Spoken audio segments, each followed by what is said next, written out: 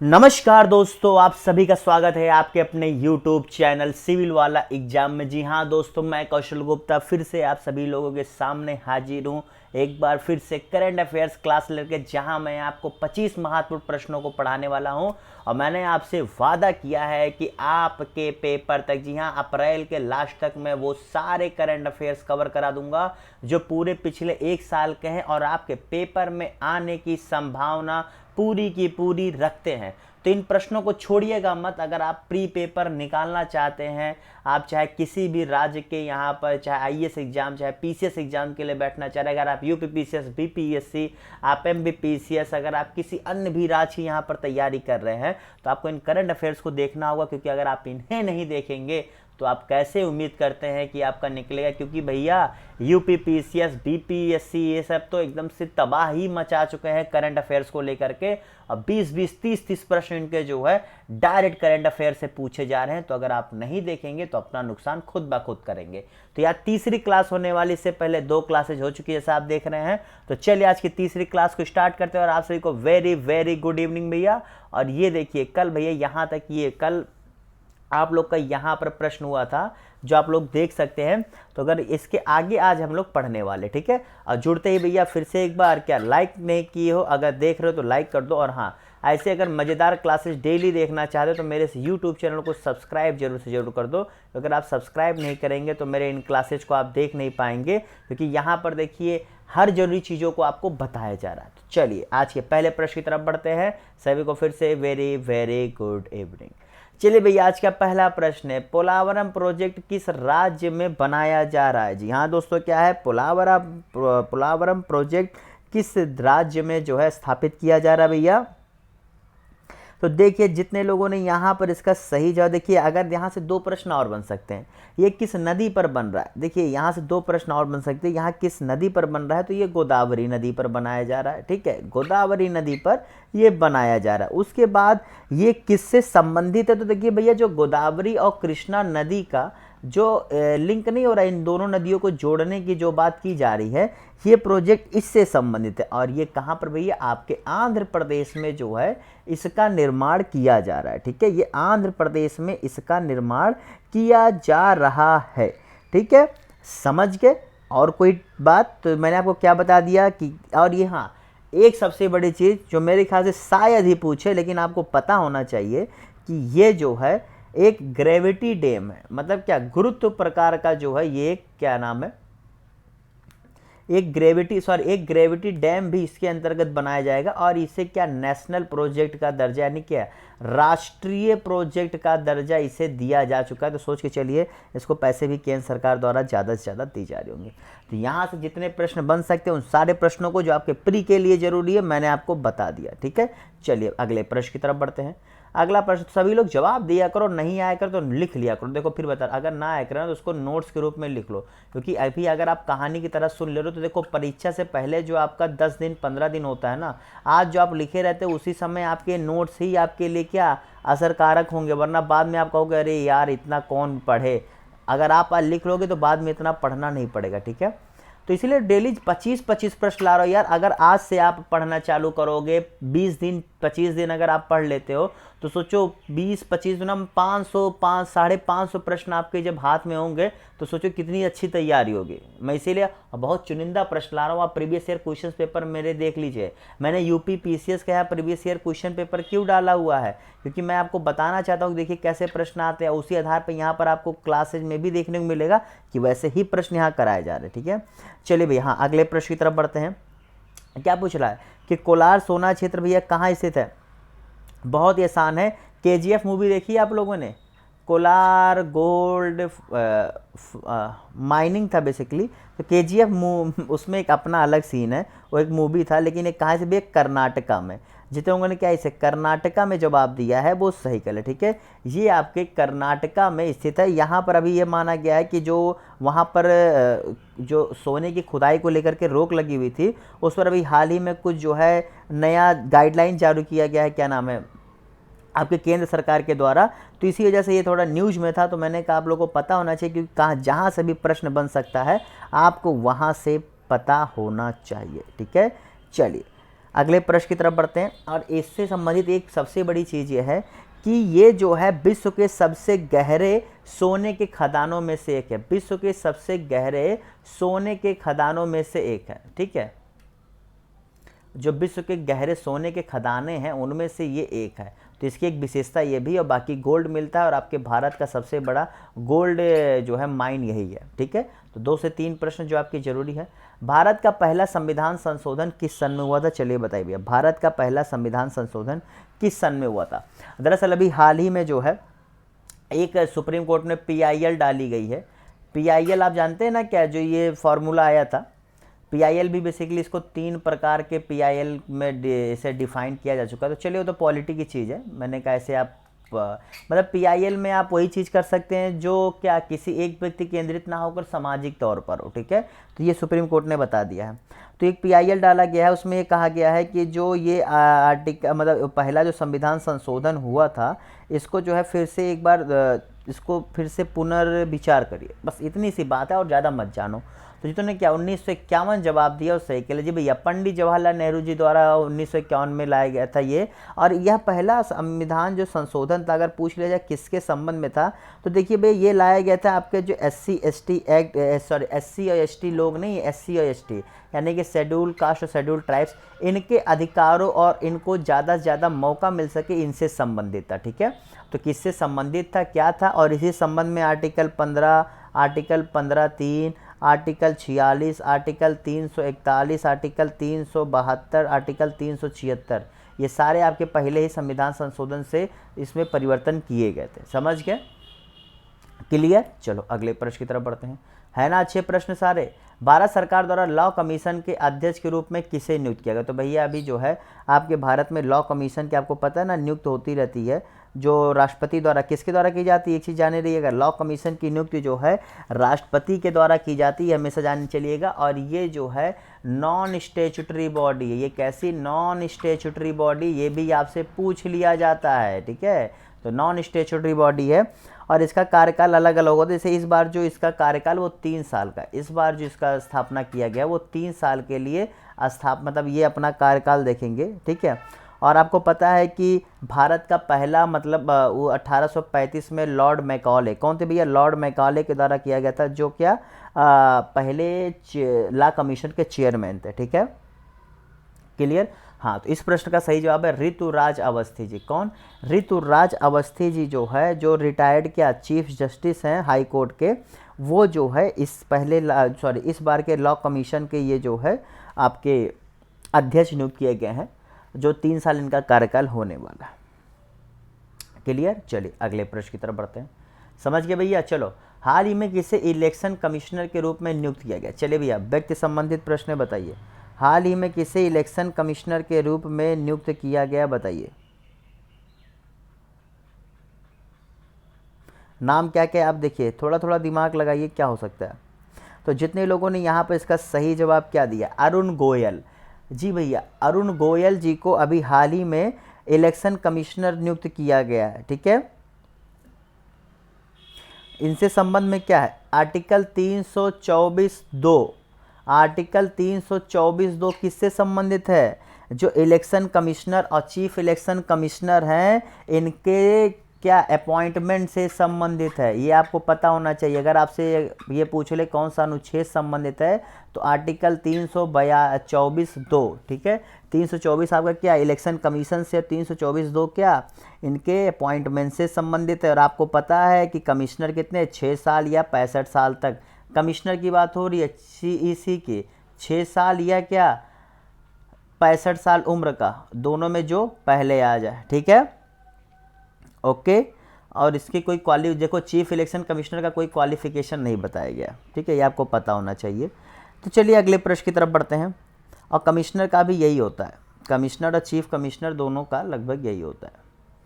प्रधानमंत्री मोदी जी ने G20 की अध्यक्षता का थीम, लोगो और वेबसाइट किस तारीख को लॉन्च किया था? चलो भैया बताओ। ये जो है देखिए, ऐसे ही प्रश्न आपके पूछे जाते हैं और ज़्यादा कुछ नहीं पूछता है। ऐसे ही प्रश्न आपसे पूछता है किस तारीख को था, कहाँ पर था, क्यों था, कैसे था, तो बताइए। तो G20 के यहाँ पर आपसे पूछ रहा है, G20 के बारे में जानते हो ना। देखिए यही सब चीज़ें जहाँ से आपको प्रश्न वो पूछा था। तो 8 नवंबर 2022 को जो है प्रधानमंत्री मोदी जी द्वारा जो है किया गया। देखिए यहाँ से 2-3 पॉइंट G20 को लेकर के पूछा जाता है। तो ये विश्व की कुल जीडीपी का 85% ऑफ जीडीपी ये निर्माण करते हैं। G20 के जितने सदस्य देश हैं ये विश्व के कुल ट्रेड का 75% जो है निर्माण करते हैं। ये देखिए ये बहुत बार का पूछ सकता है। अब विश्व की कुल आबादी का 2/3 कितना 2/3 जो है ये जो है हिस्सा रखते हैं। तो ये सारी चीज़ें आप देख रहे हैं ना कितनी इंपॉर्टेंट चीज़ें हैं। अब पहला जो है 2008 में वाशिंगटन डीसी में हुआ था और G20 का आपको कहाँ हुआ था भैया, प्रधानमंत्री जी ने इसका लोगों का वो किया था, आपको तो पता ही है। और G20 की अध्यक्षता इस बार जो है भारत ही कर रहा है, ये तो आपको पता ही है। चलिए अगले प्रश्न की तरफ बढ़ते हैं। मैं देखिए हर चीज़ों को थोड़ा सा बहुत जल्दबाजी में नहीं बताया, थोड़ा सा एक मीडियम एवरेज में बताता हूँ जिससे आपको चीज़ें थोड़ी सी समझ में आए। मैं बहुत जल्दी जल्दी बताते नहीं, क्योंकि आप अगर लिख रहे हैं कि मैं ऐसा सोच के चलता हूँ कि मेरे पढ़ने वाले कहीं ना कहीं लिख रहे होंगे या समझने की कोशिश कर रहे होंगे जो मैं बता रहा हूँ, ठीक है, समझ गए। अब भी इन 20 देशों के नाम मैं बोल रहा हूँ, एक बार आप रिवीजन कर लीजिएगा। Argentina, Australia, Brazil, Canada, China, France, Germany, India, Indonesia, Italy, Japan, Republic of Korea, इसे कोरियन आप साउथ कोरिया कह सकते हैं, Mexico, Russia, South Arabia, South Africa, Turkey से अब तुर्की कहते हैं, यूनाइटेड किंगडम, यूनाइटेड स्टेट्स और यूरोपियन यूनियन। क्लियर, 20 देश आपको पते हो गए, मैंने फिर से एक बार रिवीजन करा दिया। चलो अगले प्रश्न की तरफ बढ़ते हैं। राष्ट्रीय महिला आयोग ने किसके जो है चौथे कैंपेन के चौथे फेज का अनावरण किया? चलिए बताइए किसका भैया उन्होंने उस फेज का चौथा अनावरण किया है? चलिए फटाफट जवाब दीजिए। तो यहाँ पर इसका सही जवाब क्या होगा?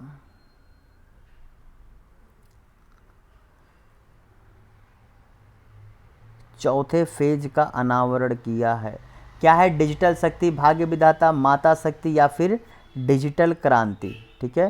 तो किसका भैया इन्होंने किया था? थोड़ा सा आप लोग दिमाग लगाइए।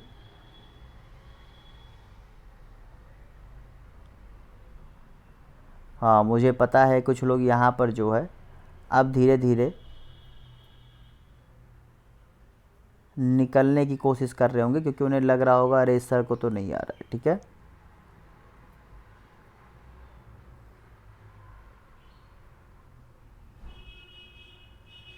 यार 1 मिनट, चलो 1 मिनट रुको बताते हैं। C295 का प्लांट उत्पादन किस राज्य में स्थापित किया गया है? C295 का प्लांट उत्पादन किस राज्य में, अच्छा 1 मिनट माफ़ करिएगा, हाँ इसका क्या था भैया? डिजिटल शक्ति, ठीक है, डिजिटल शक्ति इसका था, मैंने आपको शायद नहीं बताया भूल से।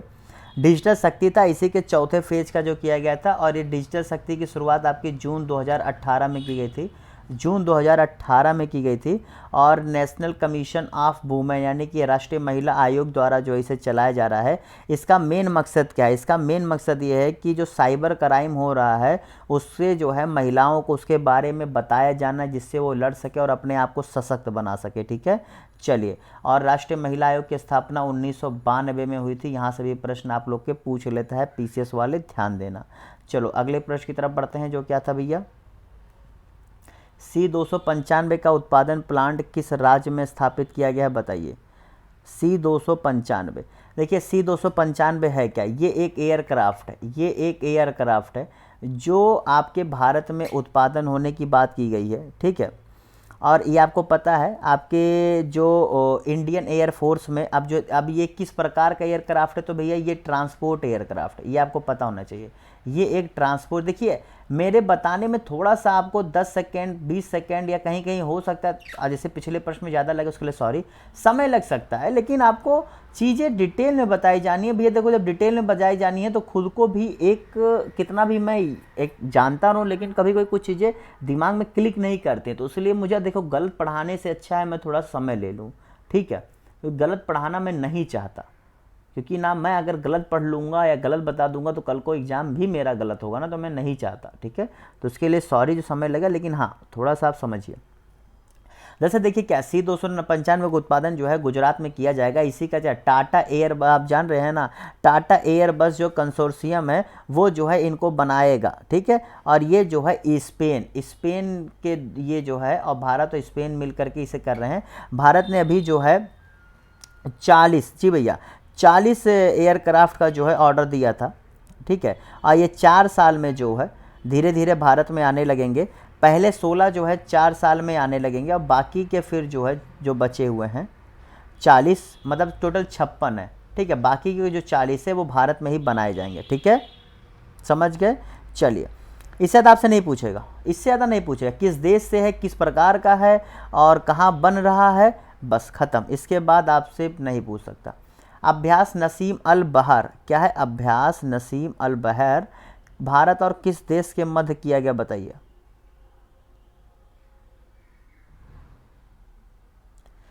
अभ्यास नसीम अल बहर,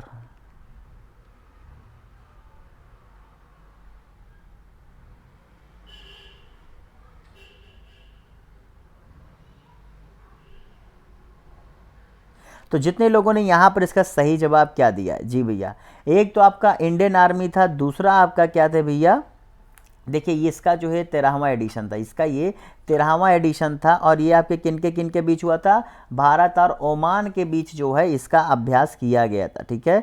और आपको ये भी पता होना चाहिए कि 2023 में भारत और ओमान के रिश्ते के 30 साल भी होने वाले, ठीक है।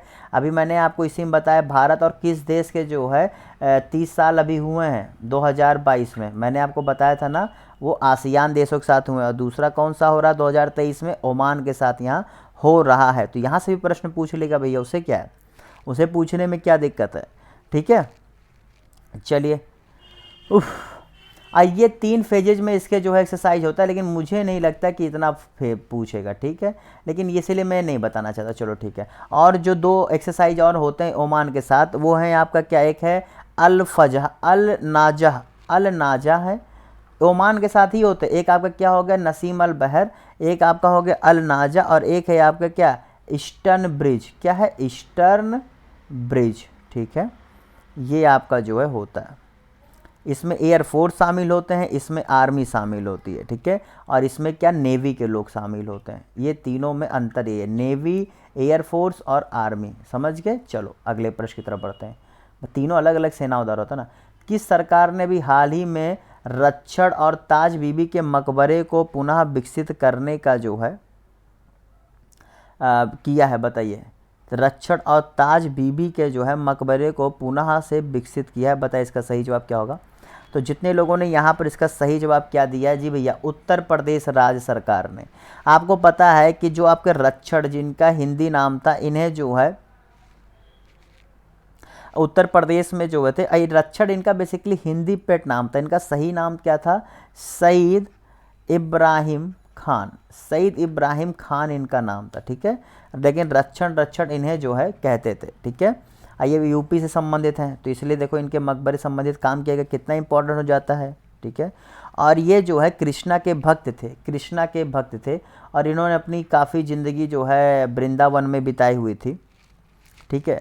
और ताज बीबी जी पता है ना, इनको जो है मुगल मीराबाई भी कहते थे, बीबी जी को मुगल मीराबाई भी कहते थे, मुगल मीराबाई, ठीक है, समझ गए। तो किस राज्य सरकार ने किया और इन दोनों के बारे में क्या ज़रूरी है, तो ये भी आप समझ गए। इसके अलावा मुझे नहीं लगता कि, हाँ, ताज बीबी जी की शादी हुई थी अकबर जी से, ठीक, अकबर जी से इनकी शादी हुई थी, ठीक है। चलो अगले प्रश्न की तरफ बढ़ते हैं। इससे ज़्यादा मेरे ख्याल से नहीं पूछ सकता आप लोगों से इसके बारे में। चलिए अगला प्रश्न है, राष्ट्रीय दिवस किस सन से प्रत्येक वर्ष मनाया जाता है। राष्ट्रीय एकता दिवस होगा, मुझे माफ़ करिएगा, मुझे यहाँ पर एक लिखना भूल गया, राष्ट्रीय एकता दिवस। राष्ट्रीय एकता दिवस किस सन से प्रत्येक वर्ष मनाया जाता है।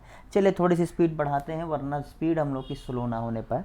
तो जितने लोगों ने यहाँ पर क्या जवाब दिया है, 2014, जी भैया 31 अक्टूबर 2014 से प्रत्येक वर्ष जो है राष्ट्रीय एकता दिवस मनाया जाता है, जो सरदार वल्लभ भाई पटेल जी के जन्म दिवस पर जो है ये मनाया जाता है, ठीक है, समझ गए।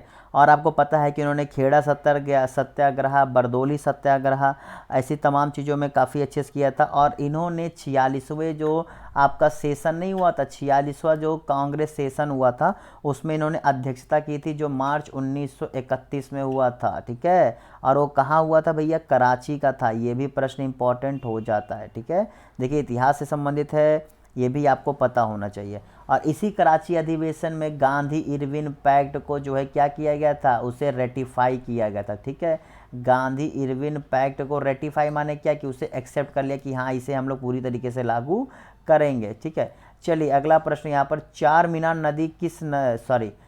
मीनार किस नदी के पूर्वी किनारे पर स्थित है? चार मीनार आपको पता है कि हैदराबाद में स्थित है, और ये काफ़ी ज़्यादा कितना देखने में तो बहुत सुंदर लगता है। चार मीनार को अगर आप देखेंगे तो देखने में बहुत ही ज़्यादा सुंदर लगता है। और ये जो है कूली कुतुब शाह ने, जी भैया, कूली कुतुब शाह ने इसे जो है निर्माण कराया था।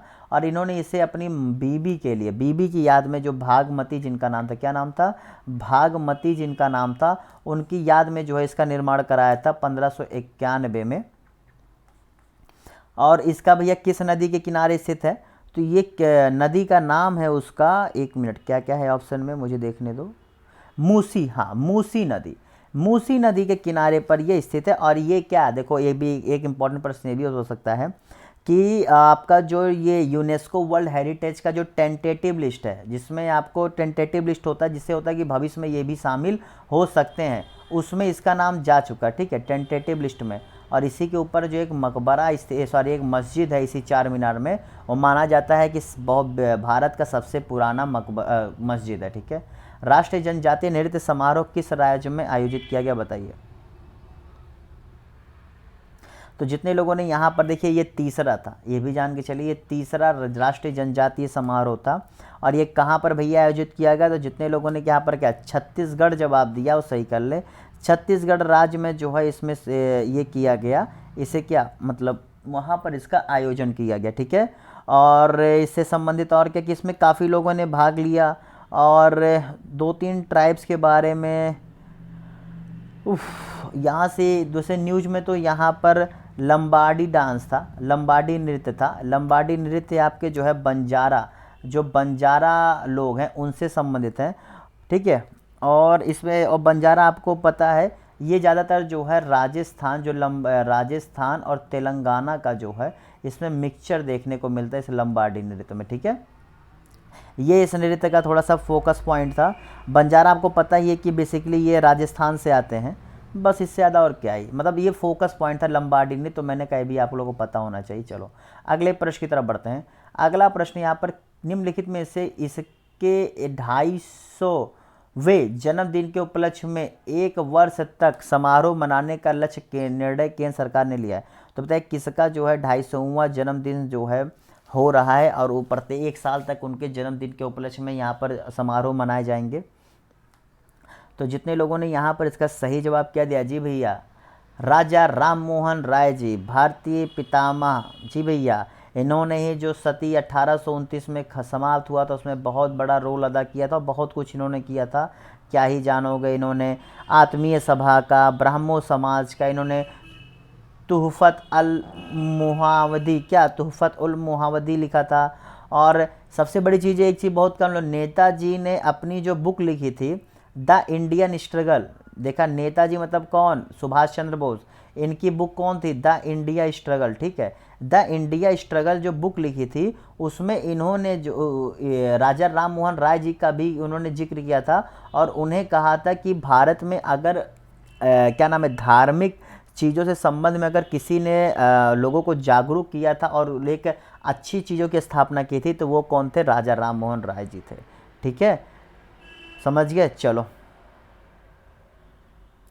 अगले प्रश्न की तरफ बढ़ते हैं। अच्छा, आपको पता है एक न्यूज में मैंने पढ़ा था कि आंध्र प्रदेश के भी एक व्यक्ति थे, उनको भी जो है आंध्र प्रदेश का क्या नाम है, राजा राम मोहन राय माना जाता था, और उनका नाम था कांडुकुरी। क्या नाम था, शायद आप लोग के काम में आ जाए इसीलिए मैं बता दे रहा हूँ, कांडुकुरी वीरेशलिंगम। क्या है, वीरेशलिंगम। ठीक है, कांडुकुरी वीरेशलिंगम, इनको आंध्र प्रदेश का राजा राम मोहन राय कहा जाता था। प्रधानमंत्री जी द्वारा समृद्धता की मूर्ति का अनावरण कहाँ किया गया? जी भैया, समृद्धता की मूर्ति का अनावरण कहाँ किया गया? बताइए इसका सही जवाब क्या होगा?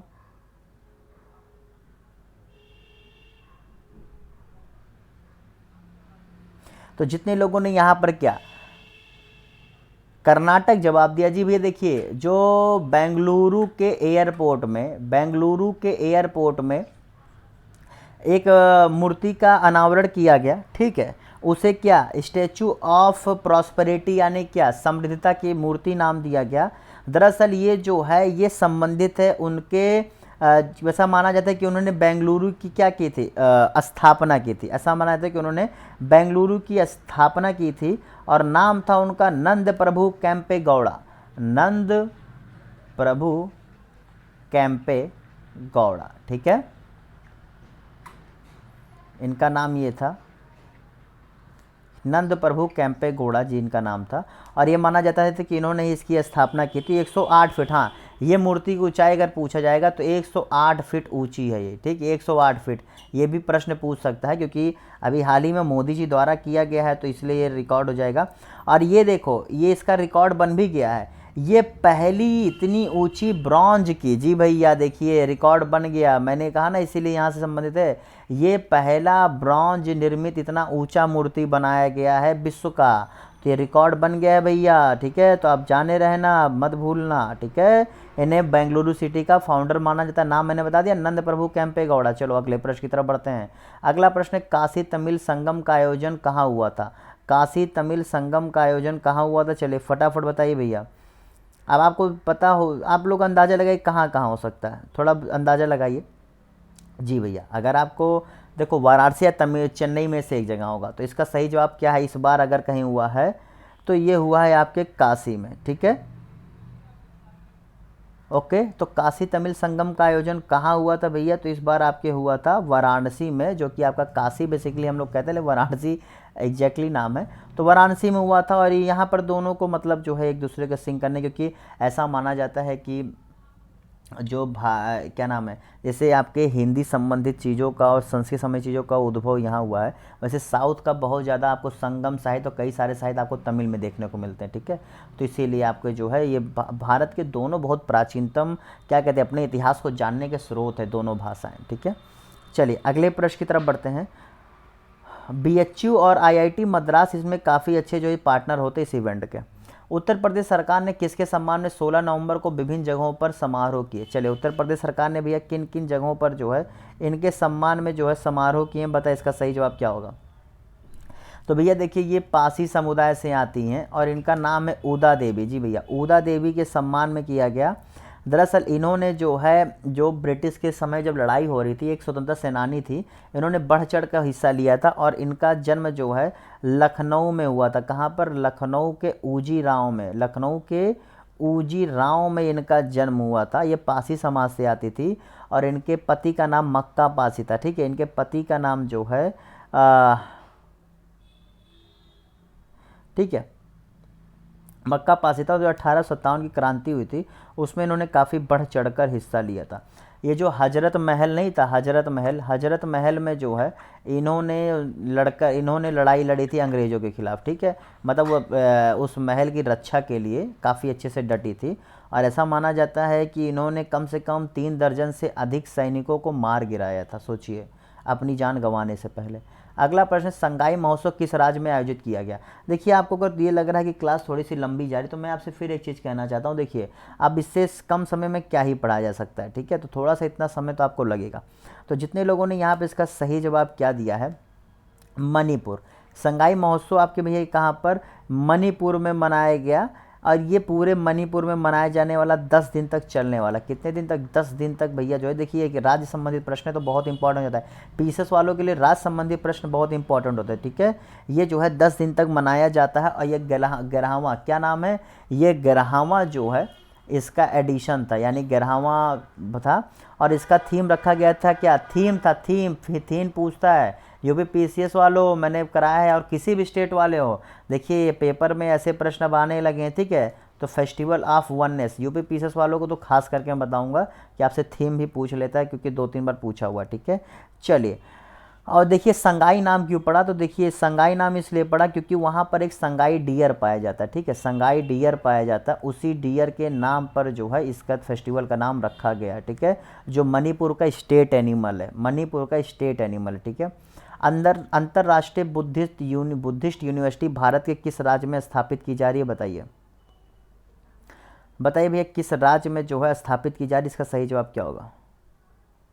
तो जितने लोगों ने यहाँ पर इसका सही जवाब क्या दिया, जितने लोगों ने यहाँ पर इसका सही जवाब दिया है आपका क्या, त्रिपुरा। जी भैया त्रिपुरा में जो है इसकी स्थापना की जा रही है। और देखिए इसको जो है, ये बहुत इंपॉर्टेंट प्रश्न हो सकता है क्योंकि संबंधित है, इसको आपके भारत में अगर स्थापित कर रहे हैं तो भारत में ये खुद नहीं हो रहा, बल्कि साउथ कोरिया के जो जो भी मैंने बताया ना G20 में संबंधित, इसे रिपब्लिक ऑफ कोरिया कहते हैं जी भैया, साउथ कोरिया, वहाँ के जो पोप हैं, जो बुद्धिस्ट पोप का एसोसिएशन है वो स्थापित कर रहा है।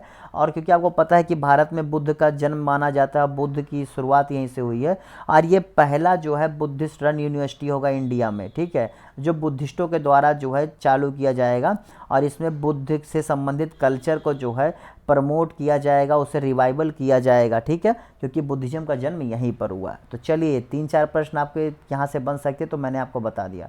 2022 का नानसेन रिफ्यूजी अवार्ड किसे दिया गया, चलिए भैया बहुत इंपॉर्टेंट प्रश्न है, विश्व स्तर के ये से अवार्ड संबंधी प्रश्न आपसे पूछे जाते हैं। तो ये UNHCR जी भी है क्या, United nation human commission of refugee, ठीक है, ये रिफ्यूजी संबंधित कमीशन है, इसने जो है 2022 का नानसेन रिफ्यूजी अवार्ड दिया है। तो वो दिया है आपके एंजेला मार्केल जी भी है, जर्मनी की चांसलर एंजेला मार्केल जी को यह अवार्ड 2022 का दिया गया है, ठीक है, समझ गए। इस अवार्ड की स्थापना वैसे 1954 में हुई थी, और जो रिफ्यूजी संबंधित काम, और जो मतलब बेसिकली जो सही, जिन लोगों के पास घर नहीं होता उन लोगों की जो हेल्प करते हैं, वैसे संस्था को, वैसे व्यक्ति को यह अवार्ड जो है दिया जाता है, ठीक है, समझ के। चलिए अगले प्रश्न की तरफ बढ़ते हैं। और इससे ज़्यादा क्या ही जानोगे, ज़्यादा नहीं पूछता भैया आप में। भारतीय जल सप्ताह किस तिथि को मनाया जाता है, भारतीय जल सप्ताह किस तिथि को मनाया जाता है, चलिए बताइए।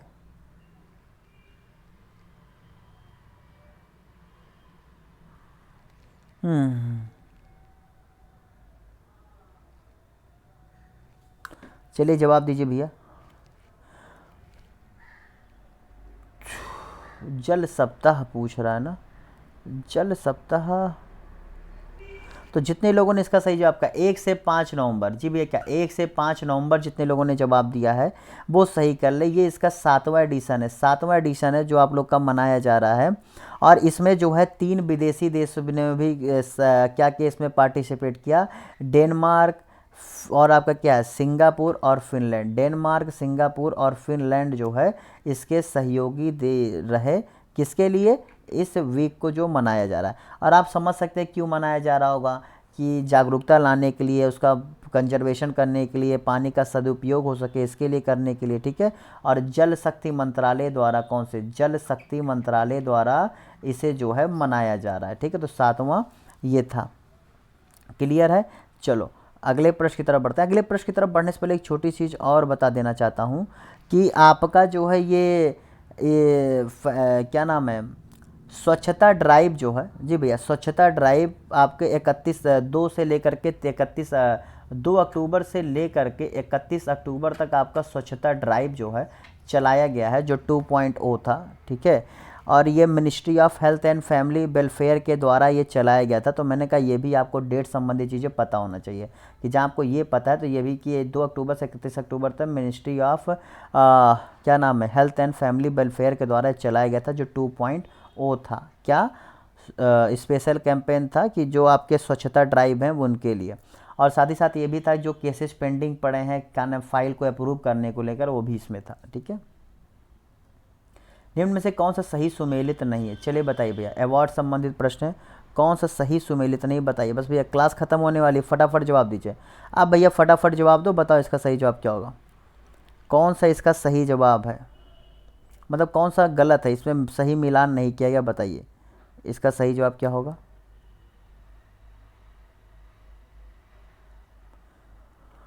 तो अर्जुन अवार्ड, और Dronacharya award, major Dhyan Chand award, ठीक है, ये सारे जो है 2022 में दिए गए नेशनल अवार्ड है, स्पोर्ट्स अवार्ड है, ठीक है। राष्ट्रीय खेल पुरस्कार जो 2022 में दिए गए हैं उनसे संबंधित प्रश्न है। तो देखिए भैया, मेजर ध्यानचंद रत्न अवार्ड 2022 से किसे मिला था? तो शरद कमल जी को मिला था, बिल्कुल सही है।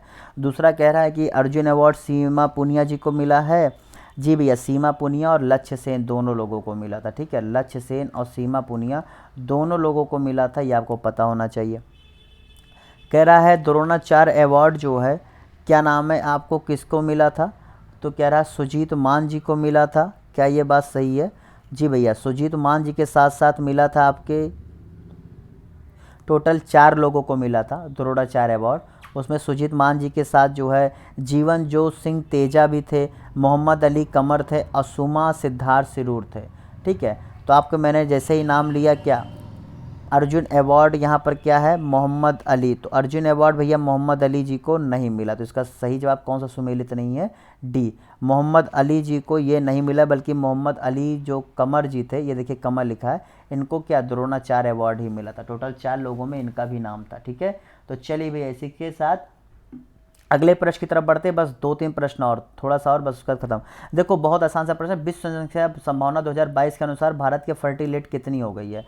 जी भैया, जो आपका प्रोजेक्शन यूएन ने निकाला है उसके अनुसार ये कहा है कि भारत ने वो स्थिति प्राप्त कर ली है कि अगर वो इससे नीचे इसकी जनसंख्या दर जाएगी तो भारत के लिए क्या खतरे घंटी होने वाली, जैसे जापान और अन्य देशों की हो रही है।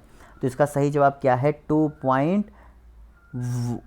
जी भैया, 2.0 जो भारत ने ऑलरेडी प्राप्त कर लिया। इससे कम अगर जाएगा तो भारत जो है, क्योंकि भारत अब स्टेबल हो चुका है, भारत अपनी प्रोडक्शन रेट को जो है स्टेबल कर चुका है, ठीक है,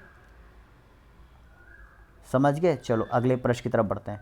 अगला प्रश्न यहाँ पर, नेटवर्क रेडीनेस इंडेक्स 2022 में भारत कौन से स्थान पर है? नेटवर्क रेडीनेस इंडेक्स के अनुसार भारत 2022 में कौन से स्थान पर? चलिए फटाफट बताइए। तो जितने लोगों ने क्या 61वां जवाब दिया है, क्या 61वां जवाब दिया है, वो सही कर ले।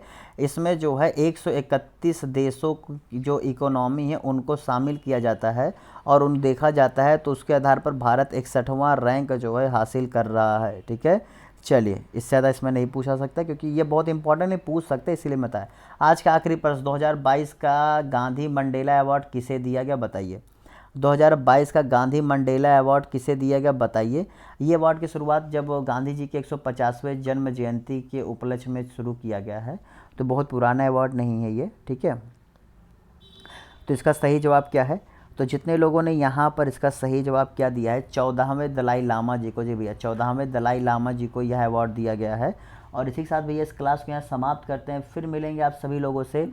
देखिए, एक क्लास आप लोग की सुबह 8:30 बजे चलती है, ठीक है। ये थोड़ी सी अभी रेगुलर नहीं है, लेकिन शाम को 8 बजे आप लोग की करंट अफेयर्स क्लास तो फिक्स होती है, जो चल ही रही है, ठीक है। ये भी रेगुलर हो जाएगी, लेकिन ये आप लोग की तो डेली चल रही, तो देखिए और अपने दोस्तों के साथ शेयर करिए। और ये टोटल 70 प्रश्न हो गए, तो ये सीरीज अब कॉन्टीन्यूसली, और फिर बता रहा हूँ आपके पेपर तक सारे प्रश्न देखने को मिलेंगे, तो आप लोग देखिए और अपने अन्य दोस्तों के साथ शेयर करिए। इससे पहले 2 क्लासेज और हुई थी, वो आप लोग के थोड़ा सा पहले हुई थी, आज करीब 10-15 दिन पहले, तो इसी वीडियो में जा करके आप देख सकते हैं, वो भी इम्पॉर्टेंट है। अगर आपने नहीं पढ़ा उसे भी पढ़ लीजिएगा। और साथ ही साथ देखिए भैया सारी चीज़ें यहाँ लाई जा रही है, तो फिर से जाते हैं, इससे पहले सब्सक्राइब नहीं किया तो सब्सक्राइब कर दो, और लाइक नहीं किया लाइक कर दो। और हाँ, अपने दोस्तों को शेयर करके बताओ कि देखो कितने बढ़िया प्रश्न यहाँ पर आपको देखने को मिल रहे हैं। हाँ, अगर आपको स्लो लग रहा है तो कमेंट करके बता दीजिए कि सर थोड़ा फास्ट करिए। अगर आपको सही लग रहा है तो बता दीजिए सर, मतलब उसमें आप बता दीजिए अच्छी क्लास है सर जी, बस इतना आप कमेंट करके बता दीजिए, इससे मुझे पता लग सके, ठीक है। Okay, bye bye, tata, see you, good bye, have a good day.